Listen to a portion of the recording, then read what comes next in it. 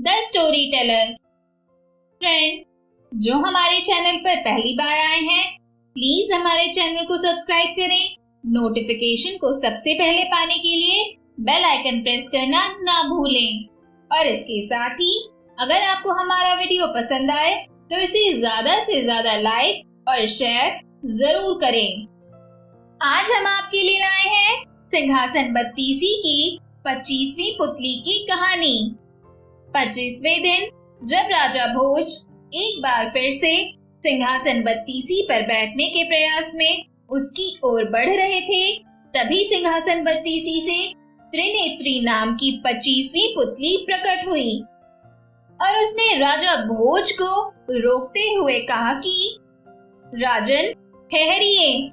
आज मैं आपको महाराजा विक्रमादित्य के जीवन से संबंधित एक और कथा सुनाऊंगी। कृपया कर मेरी कथा को भी ध्यान पूर्वक सुनिएगा और कथा के अंत में स्वयं ही निर्णय कर लीजिएगा कि आज भी आप इस सिंहासन पर बैठने के योग्य हुए हैं अथवा नहीं। और इसके बाद त्रिनेत्री ने अपनी कथा सुनाना आरंभ किया।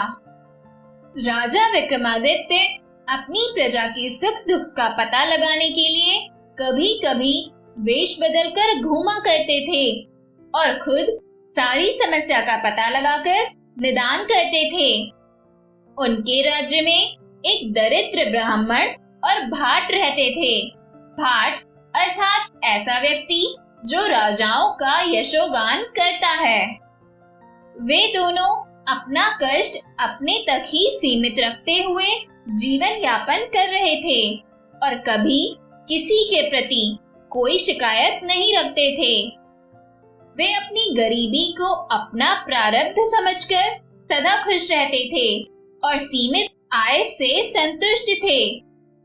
सब कुछ ठीक ठाक चल रहा था, मगर जब भाट की बेटी विवाह योग्य हुई तो भाट की पत्नी को उसके विवाह की चिंता सताने लगी। उसने अपने पति से कहा कि वह पुश्तैनी पेशे से जो कमा कर लाता है उससे दैनिक खर्च तो आराम से चल जाता है, मगर बेटी के विवाह के लिए कुछ भी नहीं बच पाता है। बेटी के विवाह में बहुत खर्च आता है, अतः उसे कोई और यत्न करना होगा।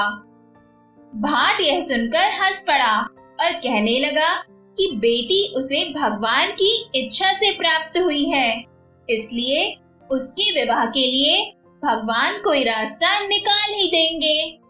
अगर ऐसा नहीं होता तो हर दंपत्ति को केवल पुत्र की ही प्राप्ति होती या कोई दंपत्ति संतानहीन न रहते। सब ईश्वर की इच्छा से ही होता है। दिन बीतते गए पर भाट को बेटी के विवाह में खर्च लायक धन नहीं मिल सका। उसकी पत्नी अब दुखी रहने लगी। भाट से उसका दुख नहीं देखा गया तो वह एक दिन धन इकट्ठा करने की नियत से निकल पड़ा। कई राज्यों का भ्रमण कर उसने सैकड़ों राज्य अधिकारियों और बड़े बड़े सेठों को हंसाकर उनका मनोरंजन किया और उनकी प्रशंसा में गीत गाए। खुश होकर उन लोगों ने जो पुरस्कार दिए उससे बेटी के विवाह लायक धन हो गया। जब वह सारा धन लेकर लौट रहा था तो रास्ते में न जाने चोरों को कैसे उसके धन की भनक लग गई। उन्होंने सारा धन लूट लिया। अब तो भाट का विश्वास केवल भगवान पर था और उसके पास बेटी के ब्याह के लिए धन नहीं था। वह जब लौटकर घर आया तो उसकी पत्नी को आशा थी कि वह ब्याह के लिए उचित धन लाया होगा। भाट ने पत्नी को बताया कि उसके बार बार कहने पर वह विवाह के लिए धन अर्जित करने को कई प्रदेश गया और तरह तरह के लोगों से मिला। लोगों से पर्याप्त धन भी एकत्र कर लाया, पर भगवान को उस धन से उसकी बेटी का विवाह होना मंजूर नहीं था। रास्ते में सारा धन लुटेरों ने लूट लिया और किसी तरह प्राण बचाकर वह वापस लौट आया है। भाट की पत्नी गहरी चिंता में डूब गई। उसने पति से पूछा कि अब बेटी का ब्याह कैसे होगा। भाट ने फिर अपनी बात दोहराई कि जिसने बेटी दी है वही ईश्वर उसकी विवाह की व्यवस्था भी कर देगा। इस पर उसकी पत्नी निराशा भरी खींच के साथ बोली कि ईश्वर लगता है महाराजा विक्रम को विवाह की व्यवस्था करने भेजेंगे। जब यह वार्तालाप हो रहा था तभी महाराज उसके घर के पास से गुजर रहे थे। उन्हें भाट की पत्नी की टिप्पणी पर हंसी आ गई। दूसरी तरफ ब्राह्मण अपनी आजीविका के लिए पुश्तैनी पेशा अपनाकर जैसे तैसे गुजर बसर कर रहा था। वह पूजा पाठ करवाकर जो कुछ भी दक्षिणा के रूप में प्राप्त करता उसी से आनंद पूर्वक निर्वाह कर रहा था। ब्राह्मणी को भी तब तक सब कुछ सामान्य जान पड़ा जब तक कि उनकी बेटी विवाह योग्य नहीं हुई।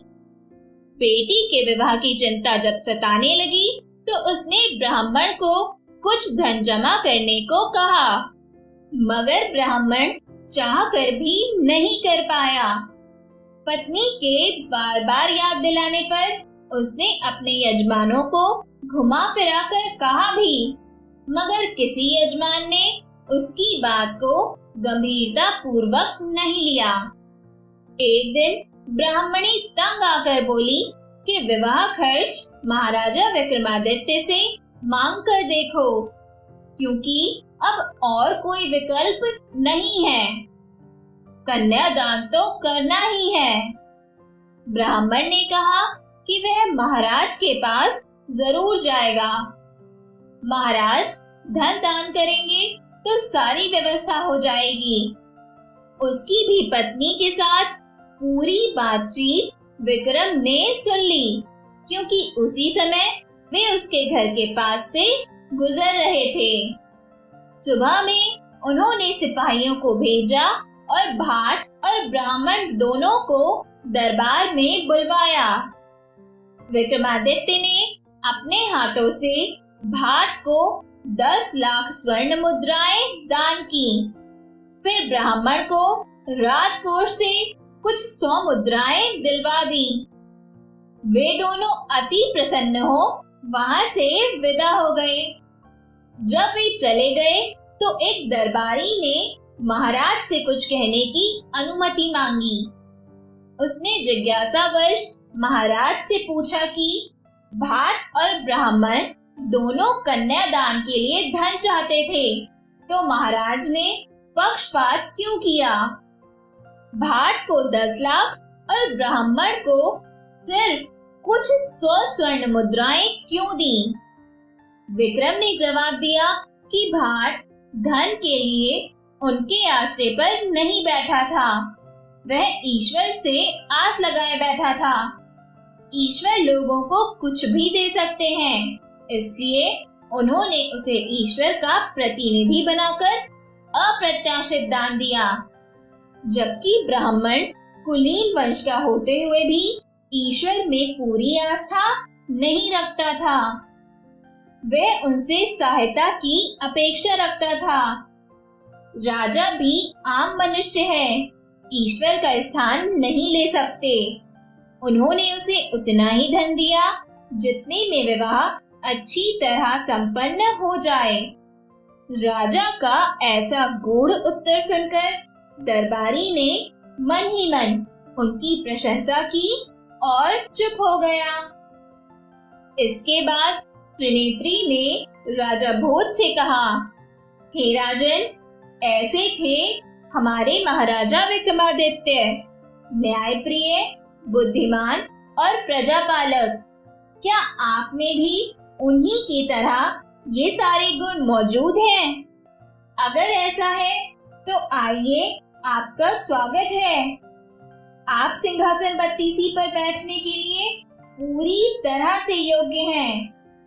और उस पुतली के इन वचनों को सुनकर राजा भोज वहीं ठहर गए और सिंहासन बत्तीसी पर 25वें दिन भी नहीं बैठ पाए।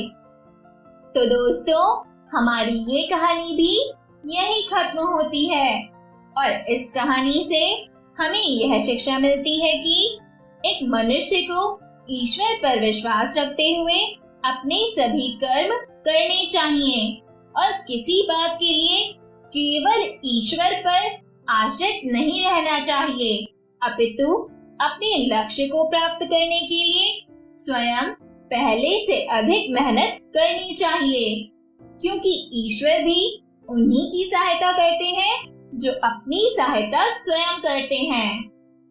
और अब बारी है आपके जीवन के लिए मेरी एक इम्पोर्टेंट सलाह की।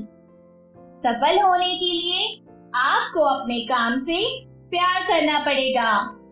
तो दोस्तों, अपने काम से प्यार करिए और फिर देखिए आपको उस काम में ना सिर्फ सफलता मिलेगी बल्कि आप अपने काम को एंजॉय भी कर पाएंगे। अपने काम के साथ साथ सुनते रहिए और एंजॉय करते रहिए मेरी इंटरेस्टिंग ऑडियो टेल्स। हम सब फिर मिलेंगे नेक्स्ट वीडियो में सिंहासन बत्तीसी की अगली पुतली की कहानी के साथ। तब तक के लिए आप सबको मेरा प्यारा सा धन्यवाद और नमस्कार।